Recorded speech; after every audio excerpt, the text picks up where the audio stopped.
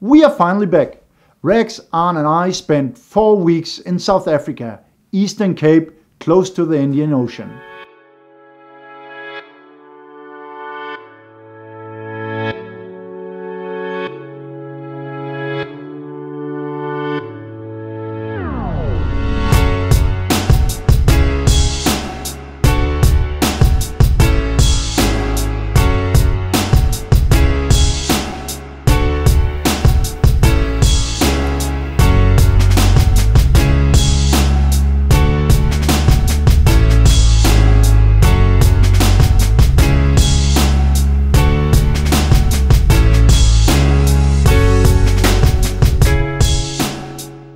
But actually, this journey was about something totally different.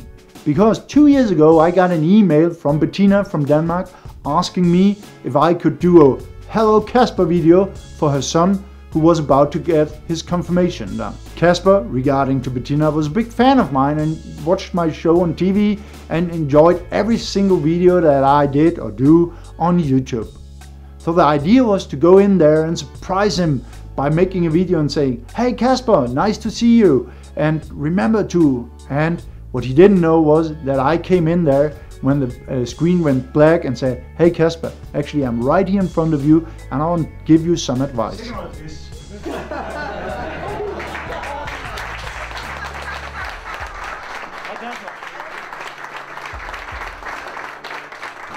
And the advice that I gave Kasper was, be honest about who you are and where you're from, and don't be scared of asking people for help. After that we went out to see my Land Rover. Everybody was happy. Kasper was sitting there, couldn't almost swallow, because he was so impressed about sitting in my car that I used to traveling all through Siberia, Russia, Mongolia and all the way to Alaska. Finally, he was in that truck. Hvad siger du til det, Kasper? Den er fed. 2 years later, I get an email from Kasper asking me, "Max, you remember you told me don't be scared about asking for help. I want to ask for your help. I'm turning 16 now and I'm just about to make the hunting license. But Dad told me if I ever get the chance to hunt somewhere else where it's legal to hunt before you get your hunting license, I would love to do that." And the opportunity now, when he asked me, was to take them to Africa, and that is what we did.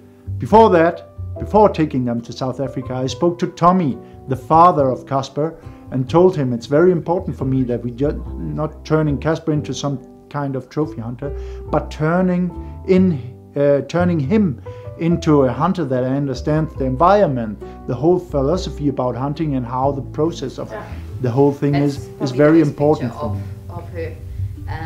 For me, it was always an emotional thing, you know. So we took Kasper there. We introduced him to our weapons, the Merkel Helix from Rangholt in a 308 Winchester, mounted with an aim point and an ATEC silencer, and to my totally new Hubertus rifle from Krikov, which is a special Max Hunt edition, my own version of a Krikov gun, mounted with a size scope. Kasper liked the whole philosophy about just having one shot, giving it a thought, when to shoot and not thinking about the second bullet. So the whole philosophy I tried to explain him, he loved the idea, and I think he loved the idea about shooting the first animal with my rifle ever. No one ever, not even me, shot an animal with that rifle. So we went out there with our PH, who is Brian, who's turning almost 60 now, and has grown up in the bush and is the most professional PH I have ever met. He was such a good teacher for Kasper, and told him everything about tracks, about leaf. You see here it's broken because of this and that. He told him how to stalk, how to walk, how to get the rifle up, everything about the hunt, the specific hunt. And when the time was right, Kasper was allowed to take his first animal, and he delivered a perfect shot. But I think it's on time that Brian tells you what he thinks about the capabilities of Kasper. My name is Brian Mullins. I'm a professional hunter, and I'm also the manager of Crown River Safari. The owner, Mr. Henny LaRue, lives up in Johannesburg. and I manage Crown River Safari for him, and I also guide all the hunting and tourism activities here. I met Kasper Nissen, who came out to hunt in Africa with Hauke from Max Hunt, and what a remarkable young man, apart from the hairstyle that his mother bestowed upon him. You tell him something once and he implements it. You walk in the bush and you stop as the PH because you think you've smelt or heard something, he stops. He's a natural outdoorsman. He knows how to get in tune with Mother Nature. He was asking me questions about the tracks, about the sign, about the language of Mother Nature that I referred to before. And I have one hope, and that is that Kasper Nissen will come back to Africa to hunt with me again, along with his father Tommy, who just to prove that the younger generation couldn't do better than he could, Tommy shot a magnificent kudu bull, just so that the young man didn't think that he was alone in what he could do. In Afrikaans we say die blaar val nie ver van die boom af nie, which means that the leaf doesn't fall far from the tree.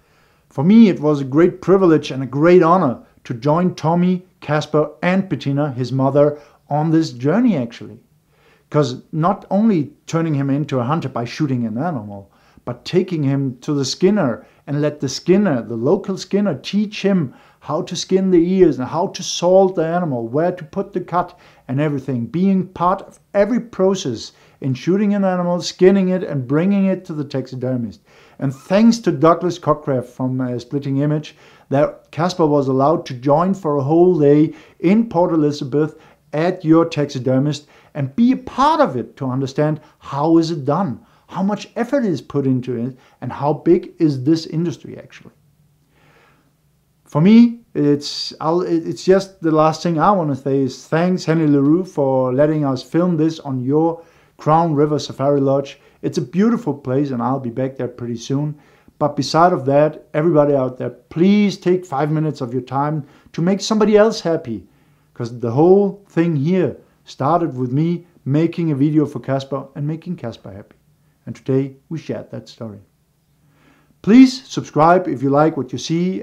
Give us a like. Whenever you have a question, send me an email, max@maxhunt.eu. And please stay tuned and keep up the good work. You make me deliver this. Thanks. Take care.